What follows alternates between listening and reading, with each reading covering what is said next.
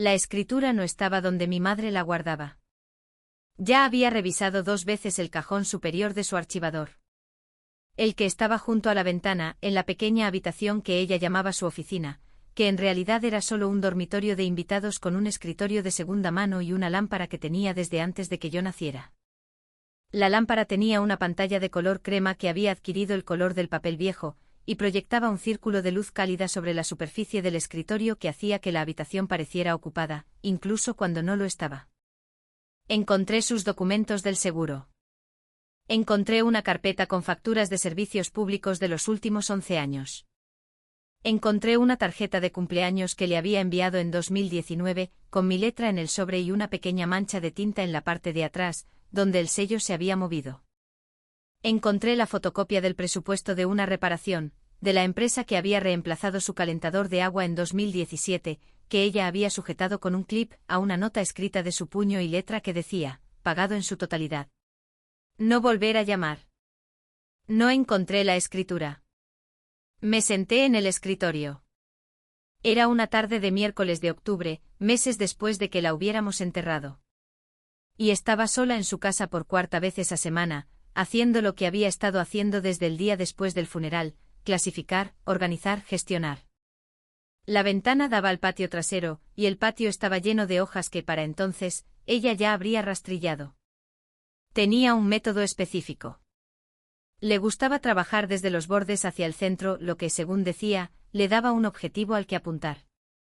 El rastrillo todavía estaba apoyado en la valla, donde lo había dejado el otoño anterior. Lo miré por un momento. Luego abrí mi portátil.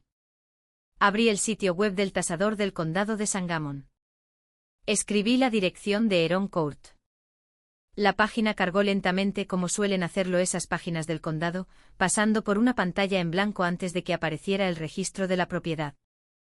Encontré la línea de propiedad y la leí. El nombre de mi hermana Dana estaba en la parte superior. Lo leí de nuevo. Verifiqué la dirección. Lo leí por 3ª vez. La fecha de transferencia figuraba como 11 días después del funeral. Sentí un frío recorrer mi nuca. No esa sensación que precede a las lágrimas. No esa que te vacía el pecho de golpe. Solo una comprensión muy plana, muy específica de algo que no había sabido hasta ese momento y que ahora no podía ignorar. Me quedé sentada con la pantalla abierta frente a mí y no me moví durante lo que pareció mucho tiempo. La casa a mi alrededor estaba en silencio, de la manera particular en que había estado en silencio desde junio. Una quietud que era diferente al silencio, una que tenía forma propia. Entonces tomé mi teléfono. Mi nombre es Clarice Avance. Tengo 44 años y trabajo como asistente legal en un pequeño bufete en Springfield, Illinois. He pasado mi carrera ayudando a otras personas a entender documentos. Lo que dicen, lo que no dicen, y lo que la brecha entre esas dos cosas puede costarte.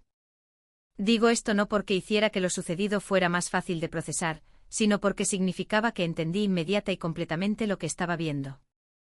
No había lugar para convencerme a mí misma de una interpretación diferente. El registro decía lo que decía. Crecí en Springfield, la mayor de 2 hijas. Mi hermana Dana es 3 años menor que yo. Mi padre, Gerald, tiene 71 años y vive en la misma casa en Chatham en la que ha vivido durante 30 años, a 20 minutos de Heron Court, a 35 de mi apartamento. Mi madre, Evelyn, había vivido en Heron Court durante 19 años. La había comprado ella misma después del divorcio con el dinero que había ahorrado durante 4 años mientras trabajaba como coordinadora de facturación médica. Me lo había contado una vez, no como un alarde, sino como un dato que quería que yo tuviera. Me dijo, quiero que sepas que la compré con mi propio dinero. Yo tenía 26 años en ese momento, y no entendí por qué era importante que yo lo supiera. Ahora lo entendía. La enfermedad de mi madre había aparecido gradualmente y luego rápidamente, como suelen hacerlo las cosas serias. Fue diagnosticada en la primavera del año anterior a su muerte, y para el mes de junio siguiente ya se había ido. En los 14 meses entre esas 2 fechas, Dana la visitó 4 veces. Mi padre, que llevaba divorciado de mi madre 16 años, la visitó 2 veces. Una en otoño cuando el pronóstico aún era incierto, y otra en la última semana, cuando ya no había nada de incierto en él. No digo esto para culpar a nadie. Lo digo porque es el contexto sin el cual el resto de esta historia no tiene sentido. Yo estuve allí, no todos los días. Tenía un trabajo, un apartamento a 40 minutos, una vida que llevaba en paralelo. Pero la mayoría de los fines de semana, la mayoría de los lunes por la mañana cuando la cuidadora a domicilio no aparecía, las idas a la farmacia, las llamadas al seguro, las citas en las que mi madre necesitaba que alguien se sentara a su lado y tomara notas porque la información llegaba demasiado rápido y ella estaba cansada de una manera que le dificultaba retener las cosas. Fui yo quien pasó una tarde en espera con el proveedor del seguro suplementario cuando denegaron una reclamación que no tenían motivos para denegar. Y fui yo quien redactó la carta de apelación que lo revirtió. Fui yo quien llamó al coordinador del hospicio cuando llegó el momento de hacer esa llamada. Fui yo quien llamó a Dana para decirle que era hora de venir. Mi padre me llamó el día después del funeral para decir que estaba orgulloso de cómo había manejado todo. Dijo que yo siempre había sido la más capaz.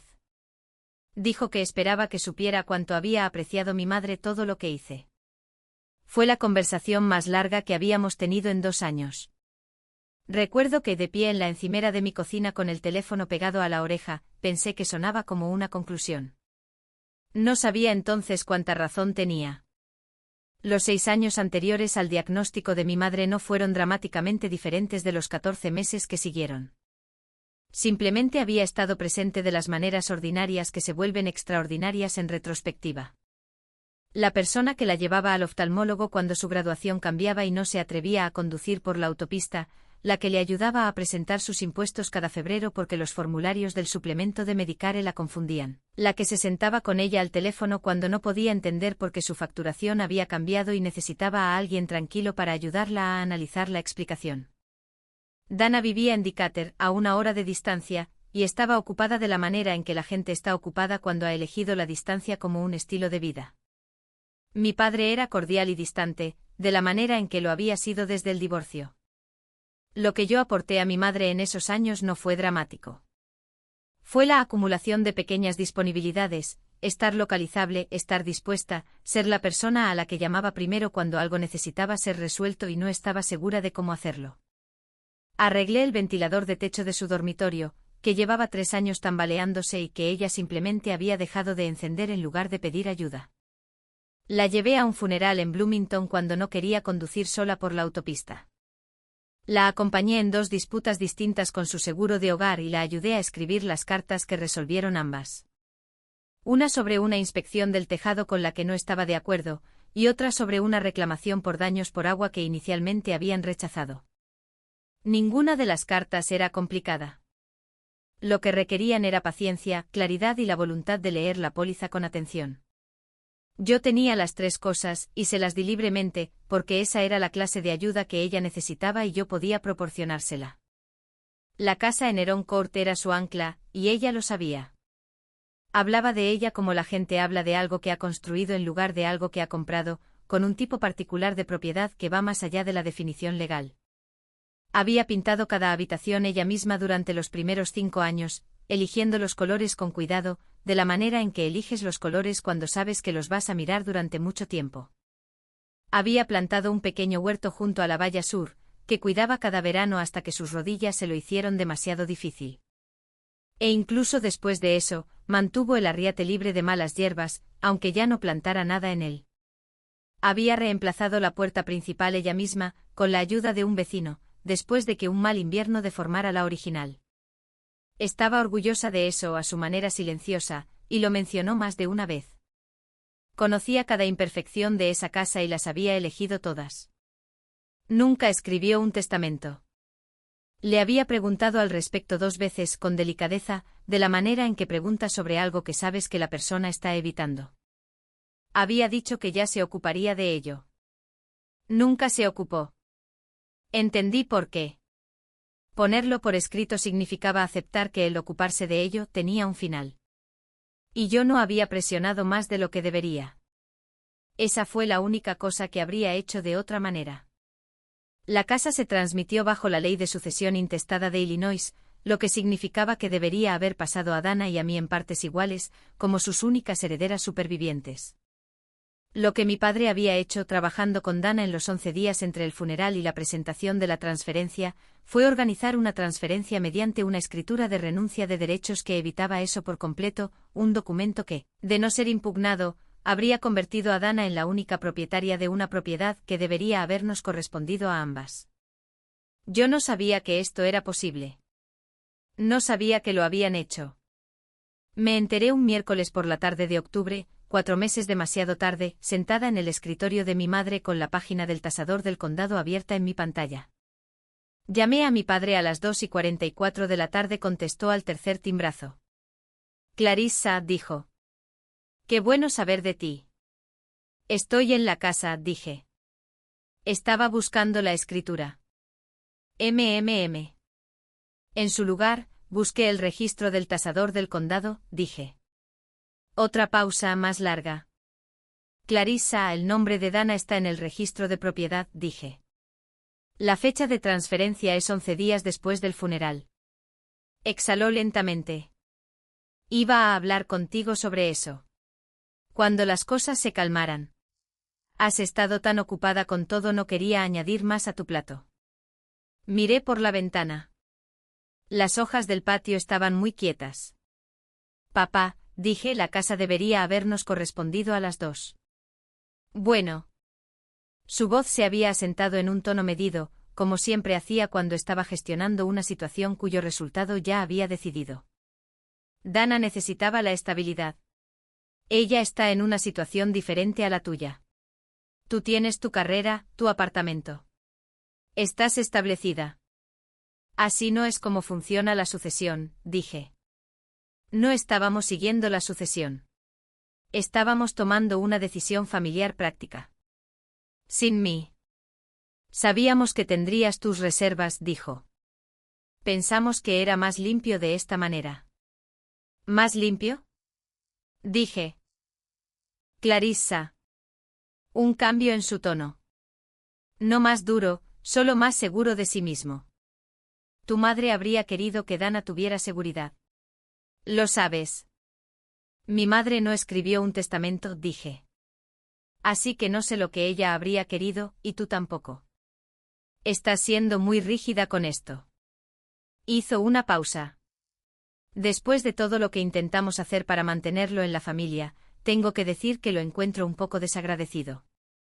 No dije nada. Fuiste compensada por tu tiempo durante la enfermedad, dijo. Ese fue el acuerdo. No fui compensada, dije. Nunca fui compensada. No hubo ningún acuerdo.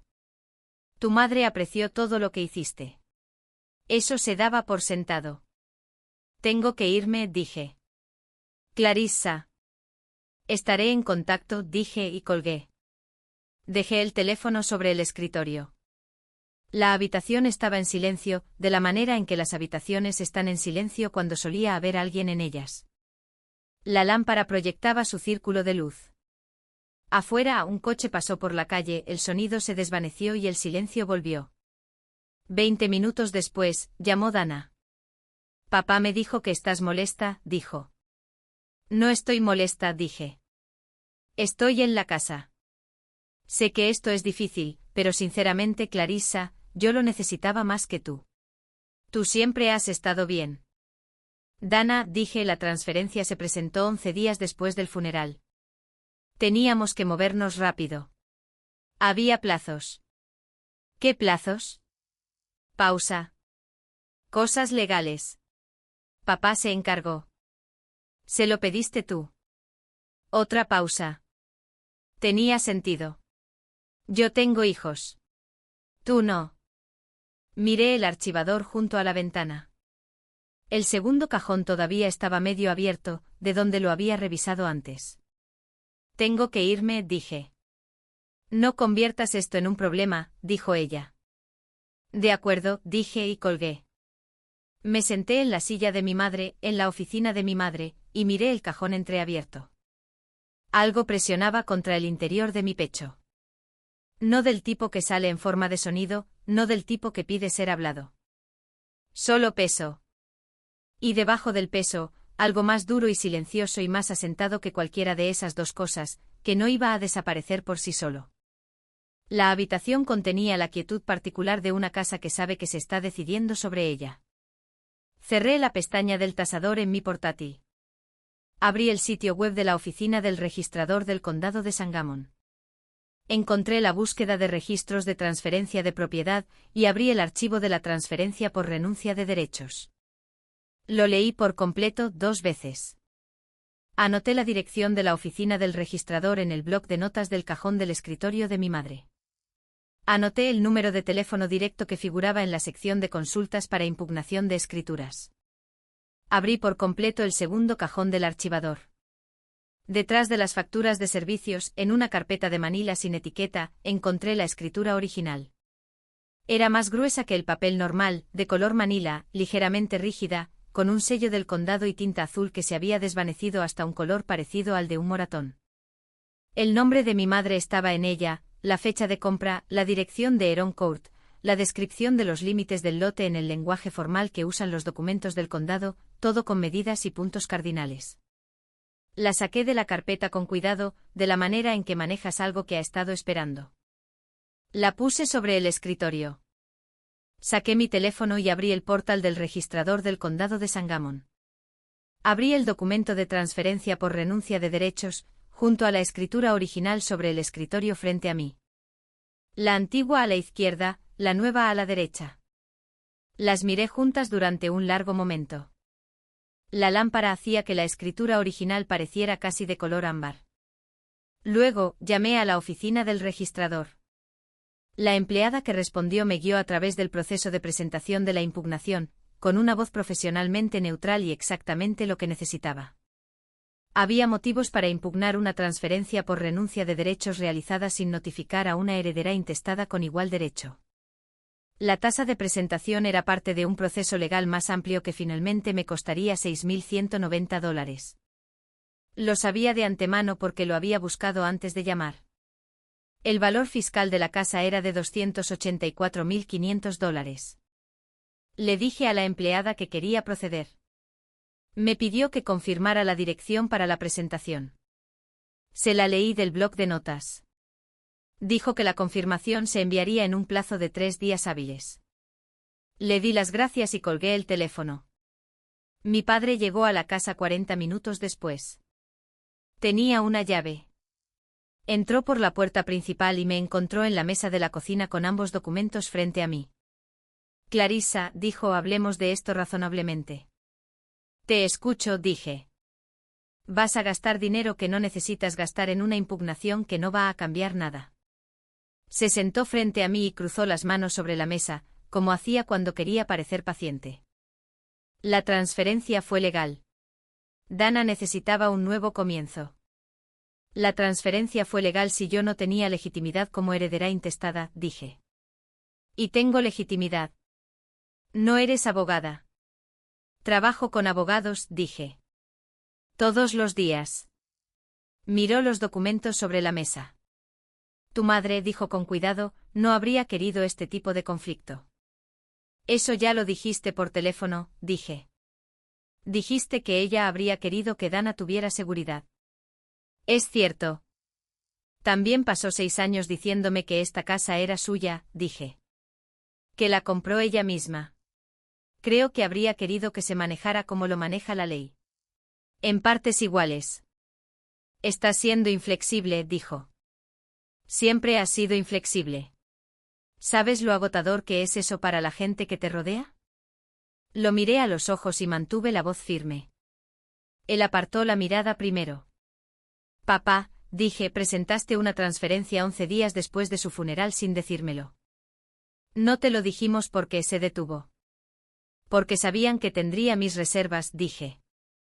Eso lo dijiste por teléfono. Se reclinó en la silla. Su mandíbula se tensó. Esto es una ingratitud, dijo. Después de todo lo que ha hecho esta familia, todo lo que intenté hacer para evitar que las cosas se convirtieran en un desastre. También dijiste esta mañana que era una ingrata, dije. Por esperar que se me incluyera en una decisión sobre la casa de mi madre. Te miro fijamente.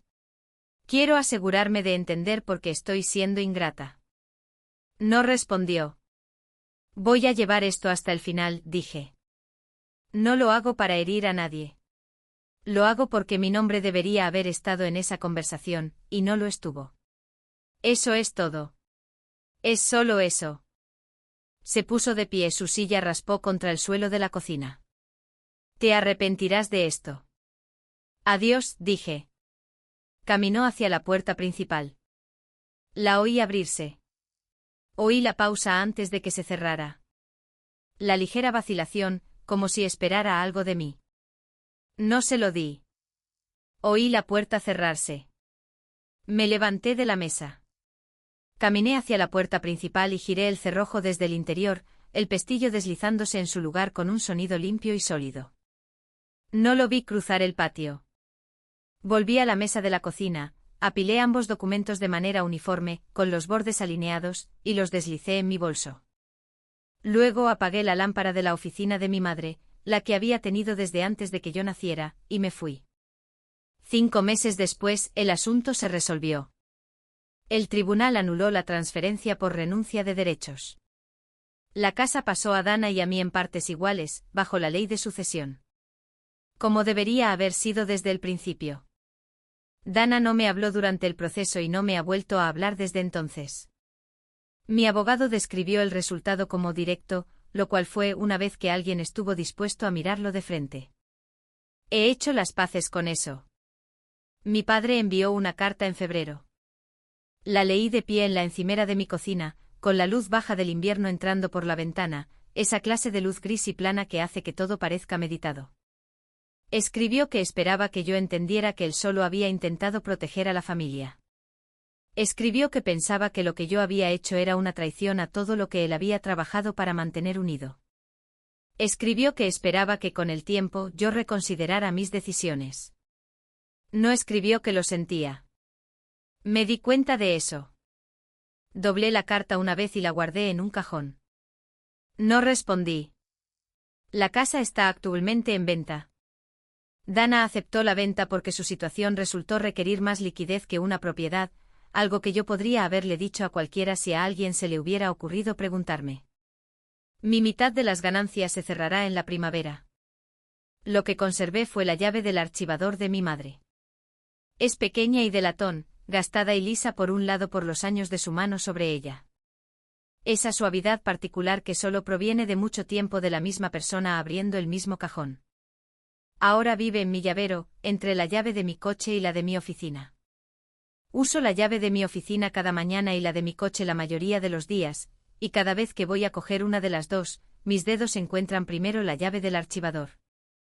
No siempre lo registro conscientemente, pero está ahí. Mi madre compró esa casa con su propio dinero. Me dijo que quería que yo lo supiera.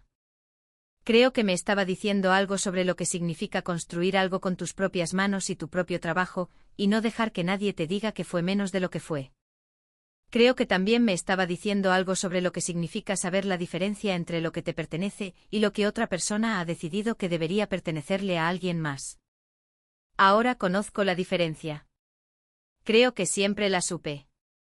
Si esta historia te resultó familiar, si has sido tú quien se ha encargado de las cosas, quien estuvo presente, quien descubrió más tarde lo que esa presencia valía para las personas que no estuvieron allí, compártela. A veces, lo más esclarecedor es simplemente saber que alguien más lo vio con claridad. La llave está en mi llavero. Algunas mañanas, es lo primero que encuentra mi mano.